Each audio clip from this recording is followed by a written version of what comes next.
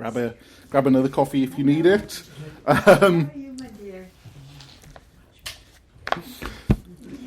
So when I was doing missions work, we did a lot of work with youth and with young people. And I remember one particular event. We were running kind of a residential away weekend at a Christian retreat centre for this Christian school that we'd been working with. And we had multiple activities and events planned throughout the week for the kids. But if you've ever done youth work, you'll know the highlight of those events were always the after dark events, the evening events that we would do where the lights would get knocked off and they get to run around wild and crazy in the dark.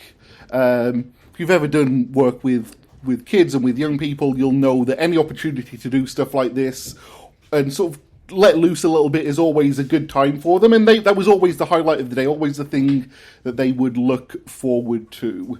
I wish I could say that we worked hard to rein them in, but that's not really the case. We egged them on and we encouraged them and we kept pushing them, and it got a little bit more ridiculous and intense throughout the week. I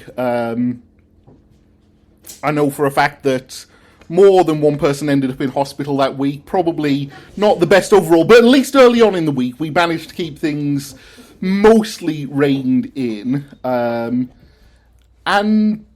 what we found is that even the most mundane activities and events, somehow, if you turn the lights out, become a whole different level of excitement for them. One evening, one of the early evenings in the week, we had this team activity planned for them. It was kind of a bit of a team building event. We divided them up into 3 or 4 different teams and designed the most difficult obstacle course that we could. And then we had this brilliant idea that what we would do, we would have like one kid come in, the team leader would come in and have a look at the obstacle course in the light, and then we'd knock the lights off and they'd bring the rest of their team in, and their job was to guide the team through this obstacle course in the dark. Of course, even though it was a pretty simple activity, things quickly got out of hand. The rules, we kept them as simple as possible. You do whatever it takes to guide your team through the obstacle course, and you'd get penalties if you kind of knocked over any of the obstacles we'd built, or touched or moved any pieces of the course. And the idea is that, at least in our mind, that it would give people early on in the week a chance to work together, to build trust with one another as a team, to get to know one another a little bit better. In reality, all it did was give them an excuse to run around like wild, crazy kids. That's just the nature of the beast, I suppose. But it did seem to fall into a pretty familiar pattern.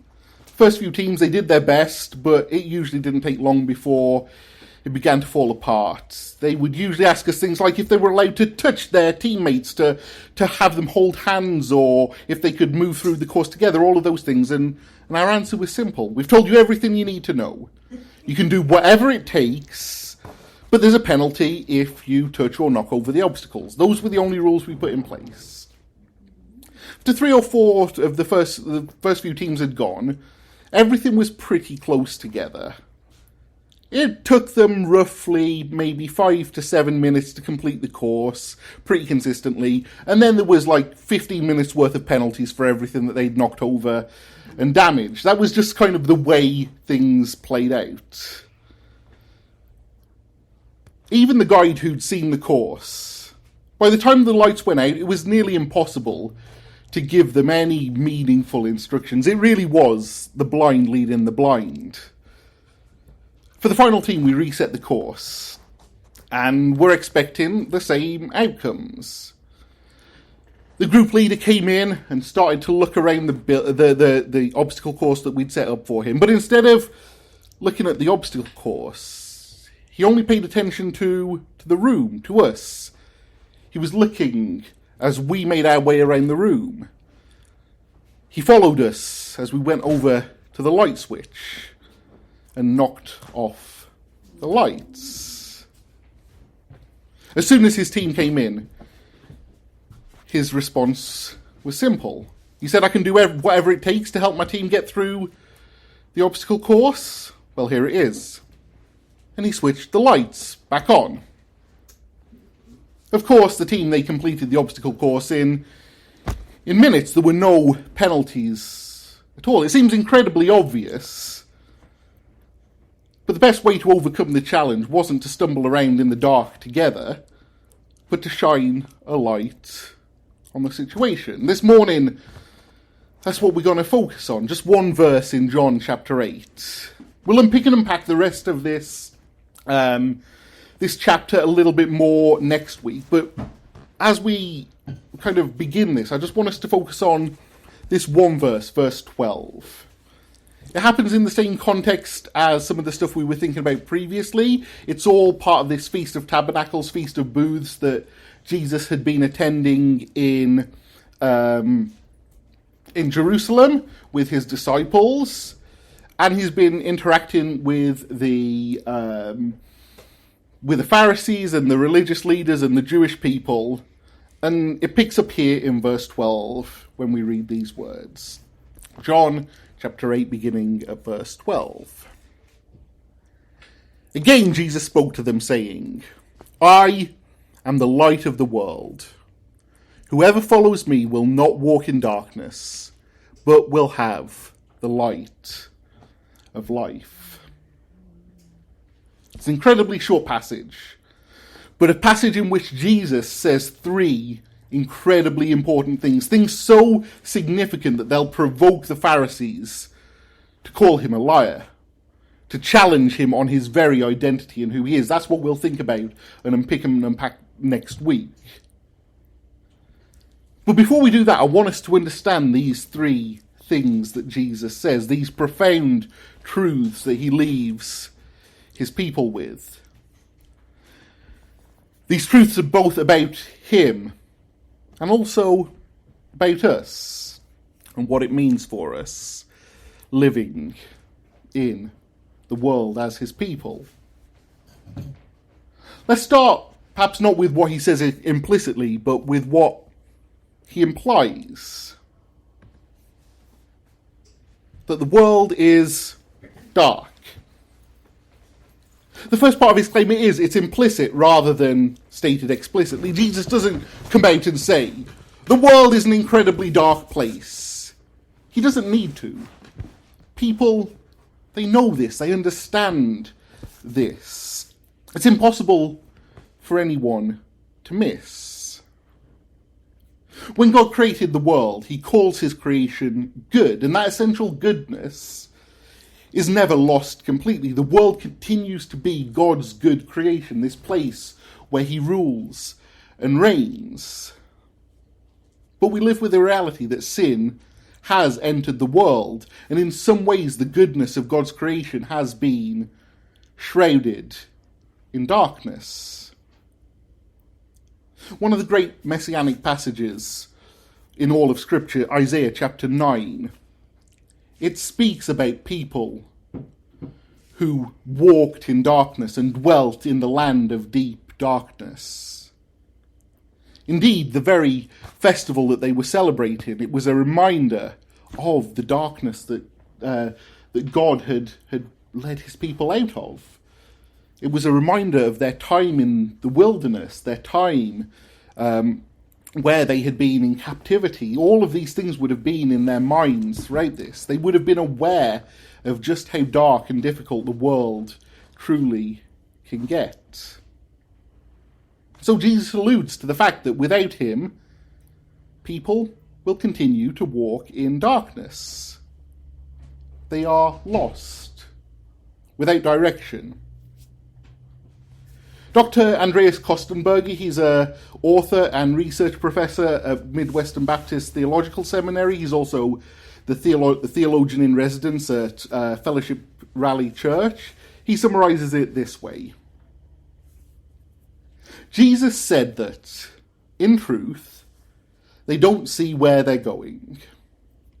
They're morally and spiritually confused and without clear direction, as I was when I was lost in my sin before I met Christ.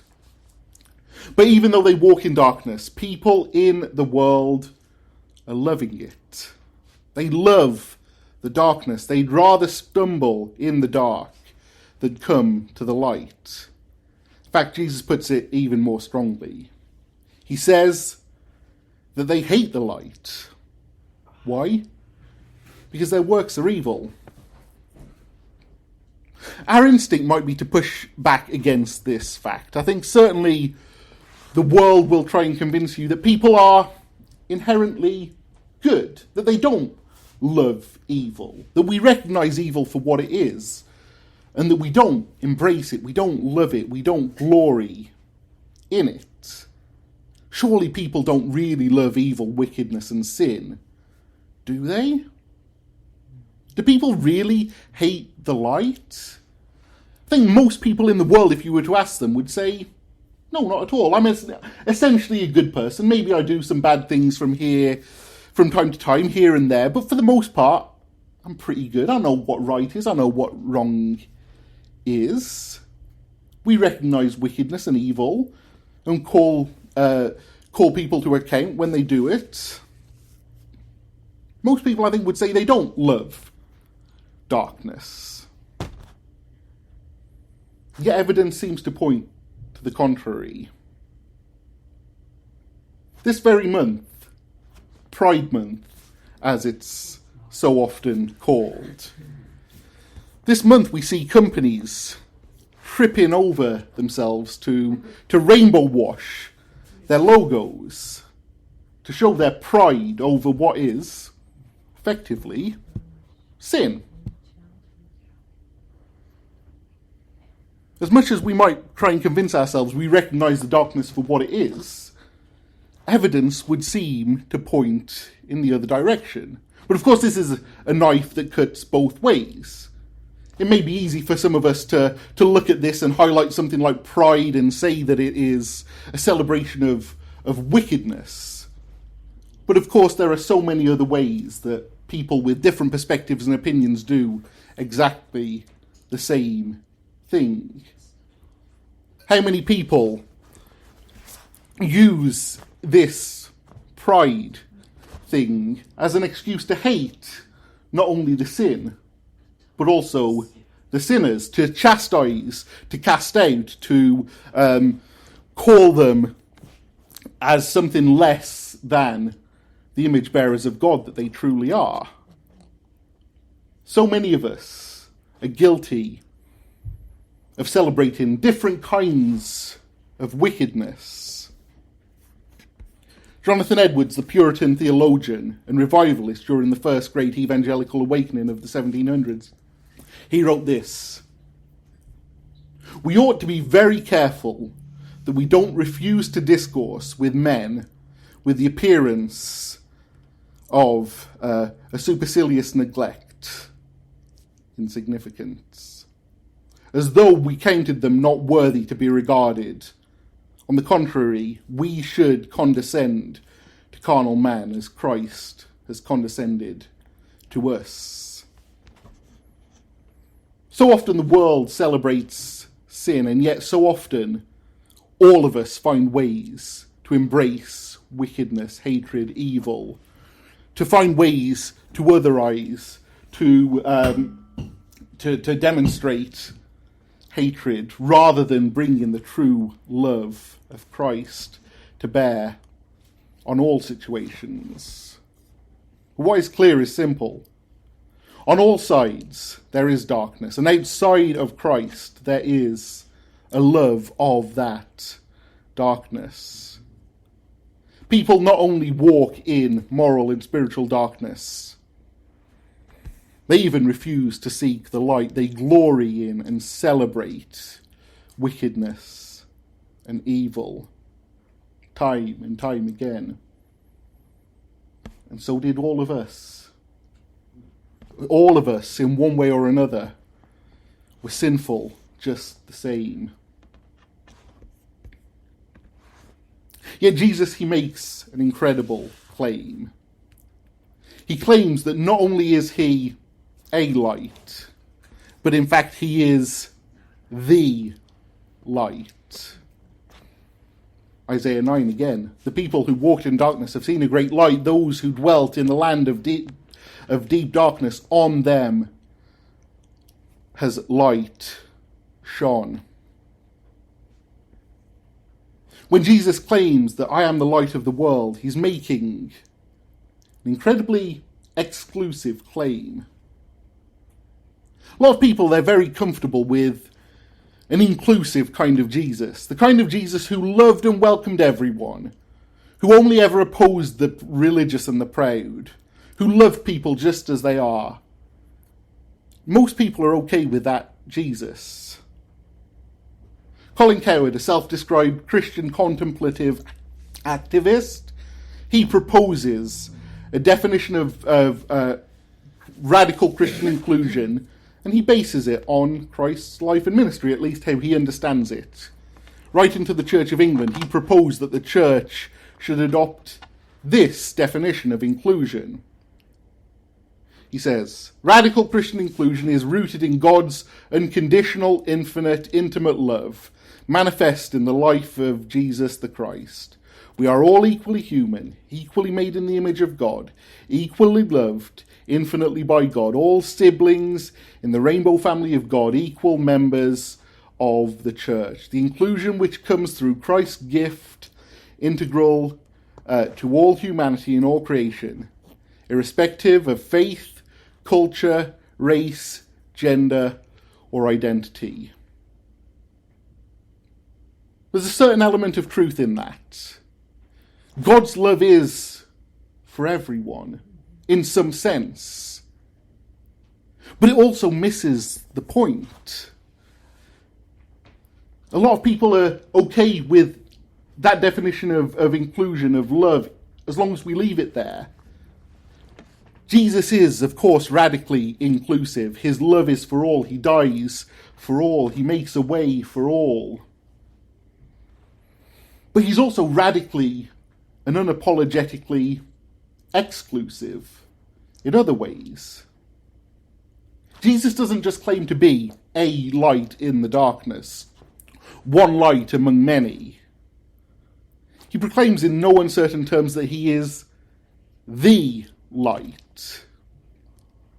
Given the context that he's speaking in, Jesus is likely trying to bring to mind Israel's time in the wilderness during the Exodus.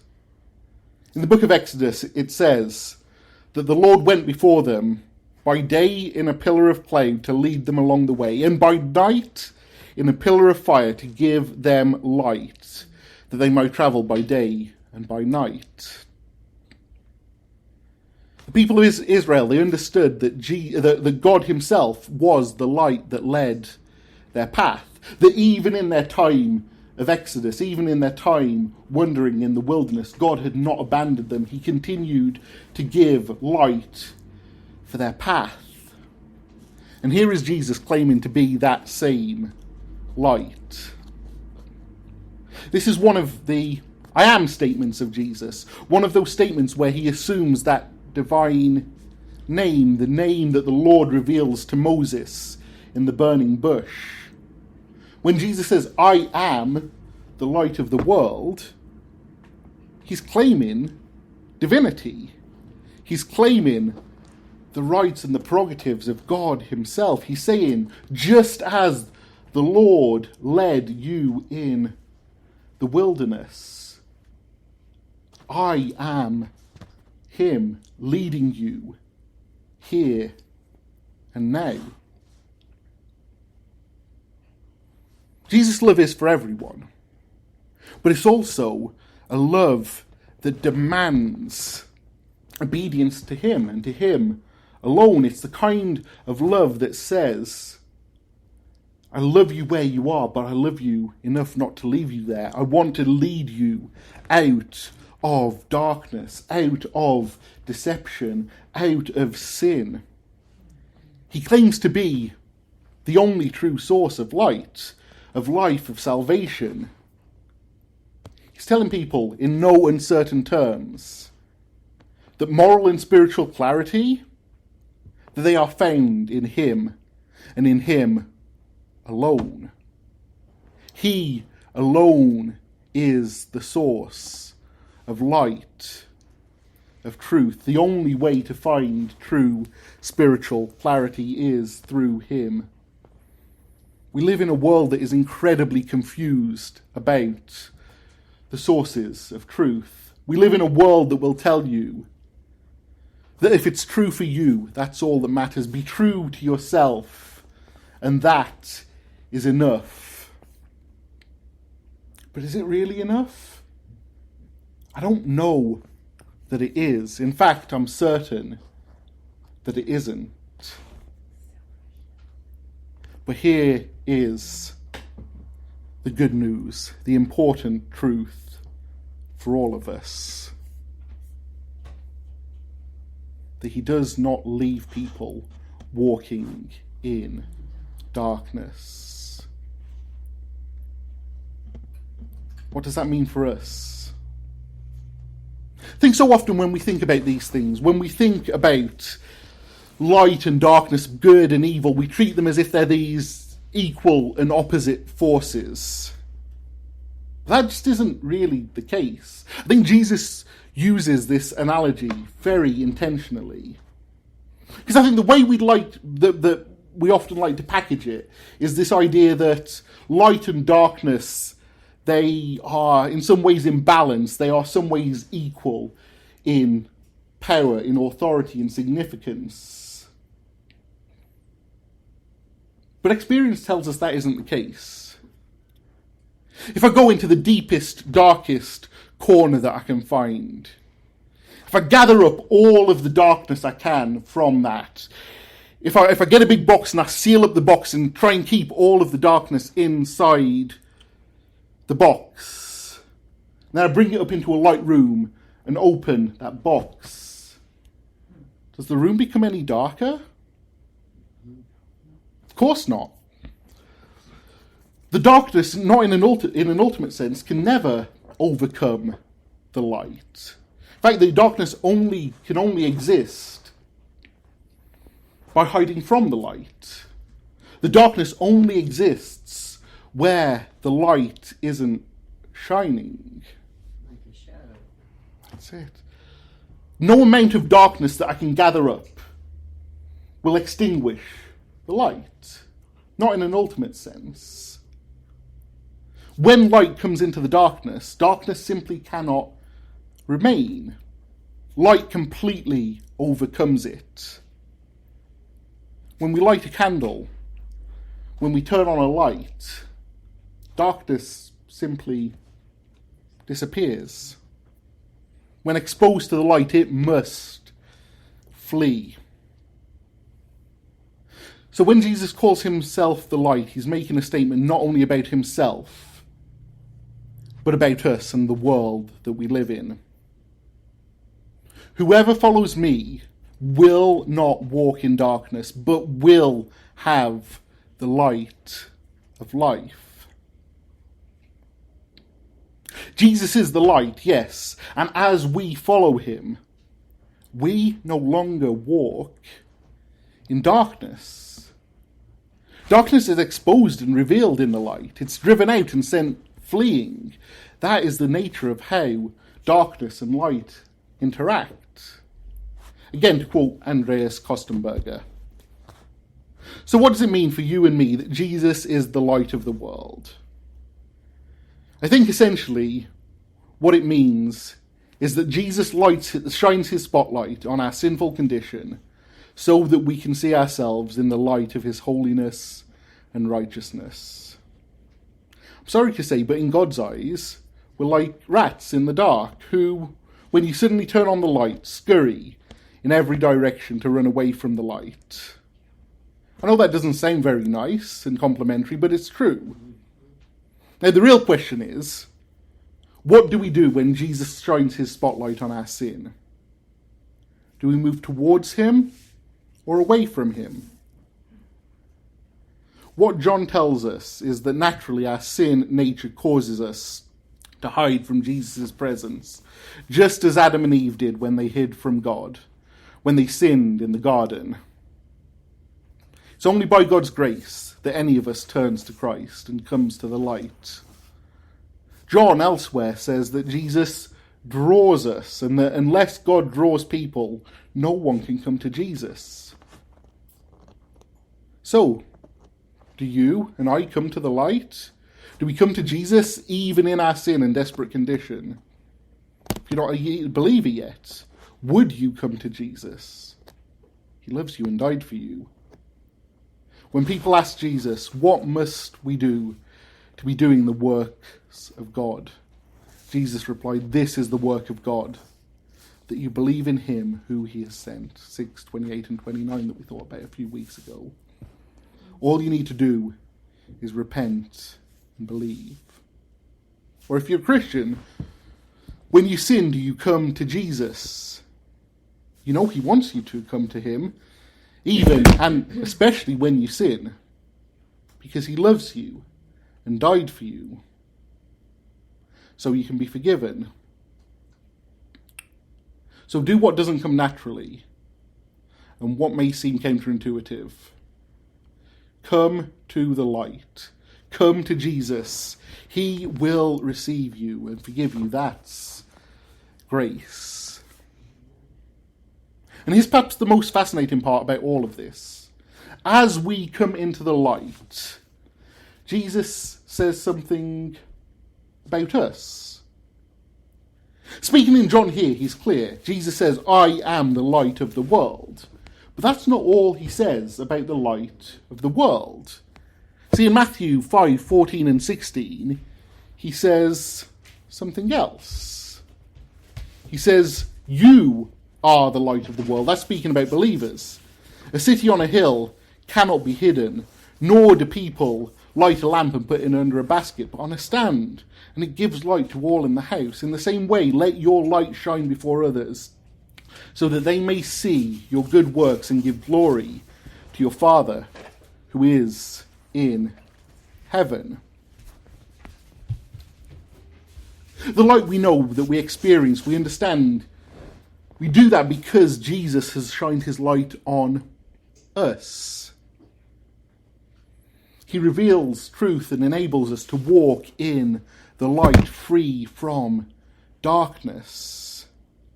And as Jesus gives us his light, we are then called to reflect that light to the world. As we continue to walk in the light, he gives us his light. And then we are called to live a life of light that reflects his glory. When Jesus said he's the light of the world, he means it. In an ultimate sense, only he brings that light of life and salvation. Only he reveals the truth and overcomes the darkness in an ultimate sense. But when he says we are the light of the world, he also means it. He's not saying that we're the light in the same way that he is the light. None of us can save anyone. None of us can even save ourselves. We rely on him. We depend upon his light. But as children of the light, we then have a responsibility to bring that light to the world, to let that light shine before others, to be a beacon, a city on a hill, a lamp on a lampstand, letting the light shine as he has given us his light. We let it shine before all. I once heard a pastor preacher say that our job as Christians is to be like the moon. On a bright night, you look up at the sky and you see the light of the moon. And of course, the moon gives no light of its own.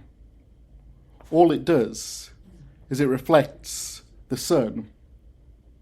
And that is what we're called to do likewise. We as his people are called to reflect the sun, to let his light be visible in how we live our own lives, to proclaim him and make him known, to bring his light into the darkest places, into a world in desperate need of hope. That is the call of the believer. That is what it means to be his people. That is what each of us is called to do. So how are we being called to do it? What dark places is Jesus asking you to bring his light? What difficult situations is he asking you to bring his truth into? What darkness is he asking you to be a part in exposing and revealing for what it is, and watching it flee as his light overcomes all obstacles?